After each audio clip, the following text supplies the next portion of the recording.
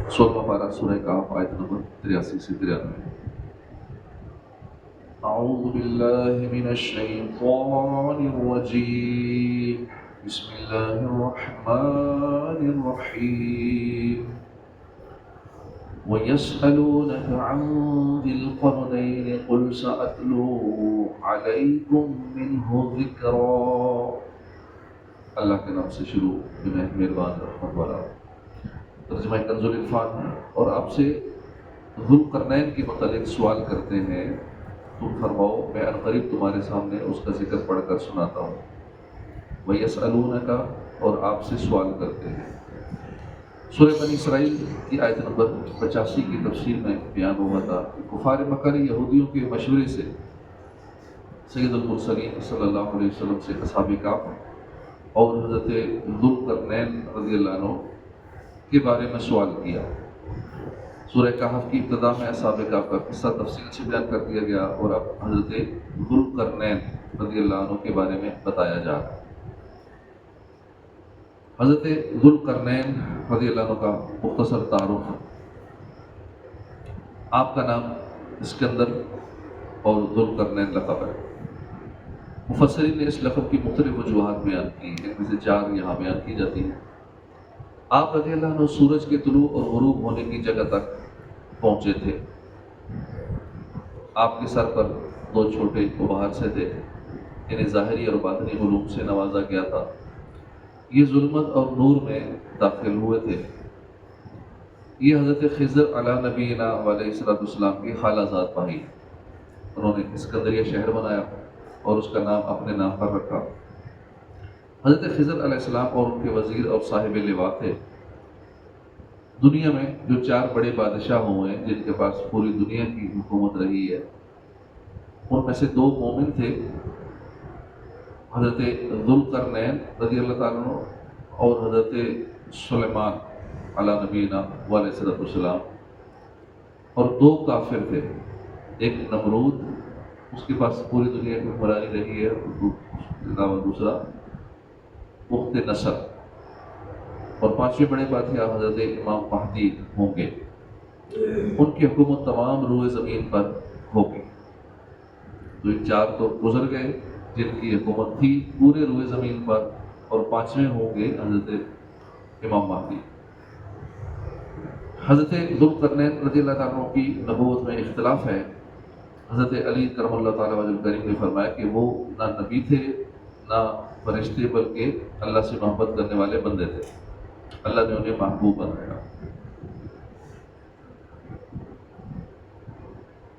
اِنَّا مَكَّنَّا لَهُ فِي الْأَرْضِ وَآتَيْنَاهُ مِنْ كُلِّ شَيْءٍ سَبَبًا، بے شک ہم نے اسے زمین میں اقتدار دیا اور اسے ہر چیز کا ایک سامان عطا فرمایا۔ ارشاد فرمایا کہ بے شک ہم نے حضرت ذوالقرنین کو زمین میں اقتدار دیا اور اسے ہر چیز کا ایک سامان یا اس کے حصول کا ایک طریقہ عطا فرمایا، اور جس چیز کی مخلوق کو حاجت ہوتی ہے اور جو کچھ بادشاہوں کو ملک اور شہر فتح کرنے اور دشمنوں کے ساتھ جنگ کرنے میں درکار ہوتا ہے، وہ سب عنایت کیا۔ اب کے حکمران تو بہت سارے معاملات میں بے بس ہوتے ہیں، چاہے خود کو سپر پاور کہلانے والا بھی بہت سارے معاملات میں بے بس ہو جاتا ہے، لیکن ان کو اللہ نے سب کچھ عطا فرمایا۔ جو بھی ضرورت کی چیز ہوتی ہے ایک بادشاہ کے لیے، ایک حکمران کے لیے، اللہ نے وہ سب کچھ عطا فرمایا۔ فَأَتْبَعَ سَبَبًا حَتَّى إِذَا بَلَغَ مَغْرِبَ الشَّمْسِ وَجَدَهَا تَغْرُبُ فِي عَيْنٍ حَمِيَةٍ وَوَجَدَ عِندَهَا قَوْمًا قُلْنَا يَا ذَا الْقَرْنَيْنِ إِمَّا أَن تُعَذِّبَ وَإِمَّا أَن تَتَّخِذَ فِيهِمْ حُسْنًا۔ تو وہ ایک راستے کے پیچھے چلا، یہاں تک کہ جو سورج کے غروب ہونے کی جگہ پہنچا، اسے ایک سیاہ کیچڑ کے چشمے میں ڈوبتا ہوا پایا، اور اس چشمے کے پاس ہی ایک قوم کو پایا۔ تو ہم نے فرمایا اے ذوالقرنین، یا تو انہیں سزا دے یا ان کے بارے میں بھلائی اختیار کرو۔ سبب سے مراد وہ چیز ہے جو مقصود تک پہنچنے کا ذریعہ ہو، خواہ وہ علم ہو، قدرت ہو یا آلات ہو۔ وہ حضرت ذوالقرنین رضی اللہ عنہ نے جس مقصد کا ارادہ کیا اس کا سبب اختیار کیا۔ چنانچہ جب آپ نے مغرب کی طرف جانے کا ارادہ کیا تو اس کے لیے وہ راستہ اختیار کیا جو انہیں وہاں تک پہنچا دے۔ جیسا کہ اس آیت میں ہے۔ اور جب انہوں نے مشرق کی طرف جانے کا ارادہ کیا تو وہ اس راستے پر چلے جو انہیں مشرق تک پہنچاتے۔ وَجَدَهَا تَغْرُبُ فِي عَيْنٍ حَمِيَةٍ، اسے ایک سیاہ کیچڑ کے چشمے میں ڈوبتا ہوا پایا۔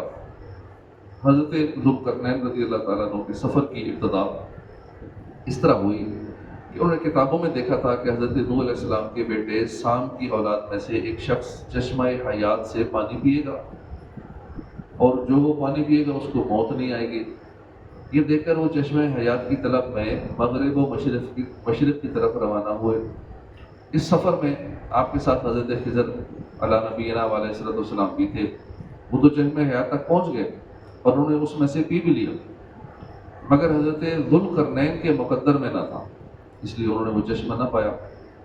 اس سفر میں مغرب کی جانب روانہ ہوئے تو جہاں تک آبادی ہے وہ سب منزلیں طے کر ڈالی، اور مغرب کی سمت میں وہاں تک پہنچے جہاں آبادی کا نام و نشان باقی نہ رہا۔ وہاں انہیں سورج غروب ہوتے وقت ایسا نظر آیا گویا کہ وہ سیاہ چشمہ میں ڈوبتا ہے، جیسا کہ دریائی سفر کرنے والے کو پانی میں ڈوبتا معلوم ہوتا ہے۔ وَوَجَدَ عِندَهَا قَوْمًا، اور اس چشمے کے پاس ہی ایک قوم کو پایا۔ حضرت ذوالقرنین نے اس چشمے کے پاس ہی ایک ایسی قوم کو پایا جو شکار کیے ہوئے جانوروں کے چمڑے پہنے تھے، اس کے سوا ان کے بدن پر اور کوئی لباس نہ تھا، اور دریائی مردہ جانور ان کی غذا تھے۔ یہ لوگ کافر تھے۔ اللہ تعالیٰ نے الہام کے طور پر فرمایا، اے ذوالقرنین، یا تو انہیں سزا دے اور ان میں سے جو اسلام میں داخل نہ ہو اس کو قتل کر دے، یا اگر وہ ایمان لائیں تو ان کے بارے میں بھلائی اختیار کر، اور انہیں احکام شرع کی تعلیم دے۔ بعض مفسرین کے نزدیک اللہ تعالیٰ نے یہ کلام اپنے کسی نبی سے فرمایا، اور انہوں نے حضرت ذوالقرنین سے یہ بات کہی، قال اما من ظلم فسوف نعذبه ثم يرد الى ربه فيعذبه عذابا نكرا واما من آمن وعمل صالحا فله جزاء الحسنى وسنقول له من امرنا يسرا۔ کہا بہرحال جس نے ظلم کیا تو عنقریب ہم اسے سزا دیں گے، پھر وہ اپنے رب کی طرف لوٹایا جائے گا تو وہ اسے بہت برا عذاب دے گا، اور بہرحال جو ایمان لایا اور اس نے نیک عمل کیا تو اس کا بدلہ بھلائی ہے، اور قریب ہم اس کو آسان کام کہیں گے۔ اس آیت اور اس کے بعد والی آیت کا خلاصہ یہ ہے کہ حضرت ذوالقرنین نے اللہ کی طرف سے حکم ملنے کے بعد ان نبی علیہ السلام سے عرض کی کہ یا اپنے پاس موجود خاص ساتھیوں سے کہا، بہرحال جس نے کفر و شرک اختیار کیا اور میری دعوت کو ٹھکرا کر ایمان نہ لایا تو قریب ہم اسے قتل کر دیں گے۔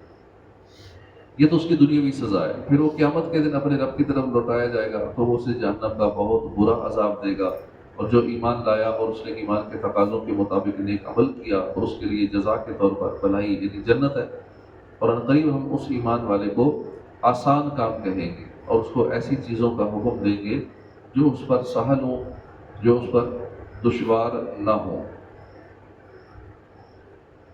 ثم اتبع سببا حتى اذا بلغ مطلع الشمس وجدها تطلع على قوم لم نجعل لهم من دونها سترا كذلك وقد احطنا بما لديه خبرا۔ پھر وہ ایک راستے کے پیچھے چلا یہاں تک کہ ایک ایسی قوم پر طلوع ہوتا پایا سورج کو جن کے لیے ہم نے سورج سے کوئی آڑ نہیں رکھی تھی۔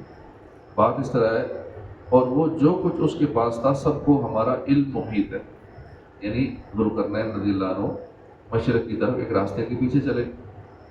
سترا یعنی آڑ، مفسرین فرماتے ہیں کہ وہ قوم اس جگہ پر تھی جہاں ان کے اور سورج کے درمیان کوئی چیز، پہاڑ، درخت وغیرہ حائل نہ تھی، اور وہاں زمین کی نرمی کی وجہ سے کوئی عمارت قائم ہو سکتی تھی، اور وہاں کے لوگوں کا یہ حال تھا کہ طلوع آفتاب کے وقت زمین کے اندر بنائے ہوئے تہہ خانوں میں گھس جاتے تھے اور زوال کے بعد نکل کر اپنا کام کاج کرتے تھے۔ کذالک بات اسی طرح ہے، یعنی ذوالقرنین کی بادشاہی کی وسعت اور ان کا بلند مرتبہ جو ہم نے بیان کیا اس کا معاملہ اسی طرح ہے۔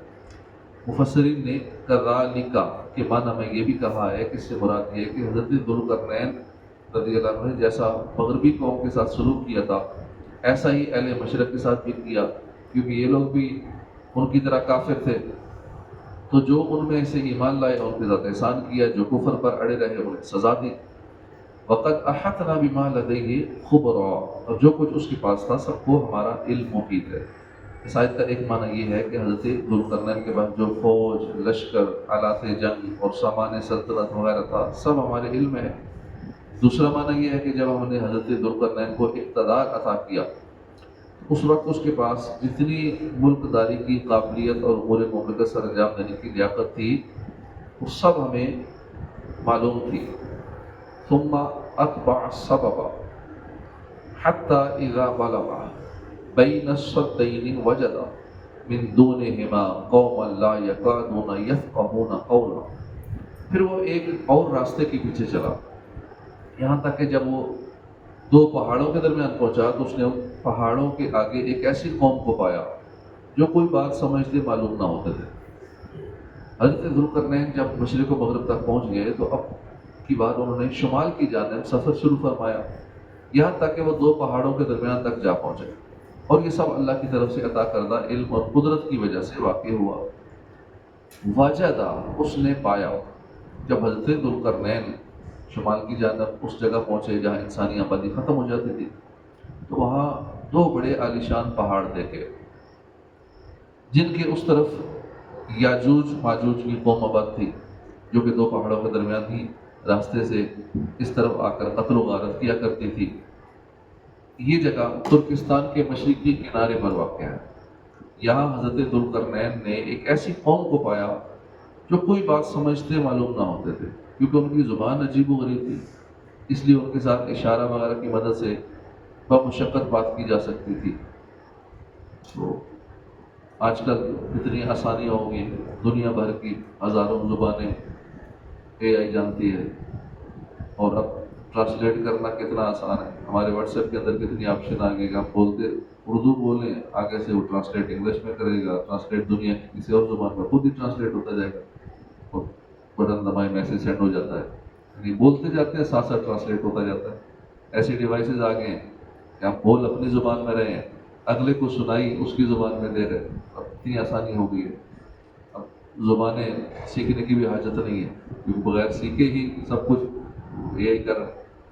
جدید ٹیکنالوجی، پہلے دور میں کتنی مشقت ہوتی تھی، کسی نئی قوم کے پاس گئے اس کی زبان ہی نہیں آتی، اشاروں سے کام چلایا۔ تو اب بہت ساری آسانیاں ہو چکی ہیں، اللہ کی اس قدر نعمتیں دن بدن ہمارے پاس بڑھتی چلی جا رہی ہیں، لیکن پھر بھی انسان ناشکرا ہے، اللہ پاک ناشکری کرتا ہے، مصیبت آئے تو صبر نہیں کرتا۔ صدق اللہ العظیم، صلو علی الحبیب صلی اللہ علیہ وسلم۔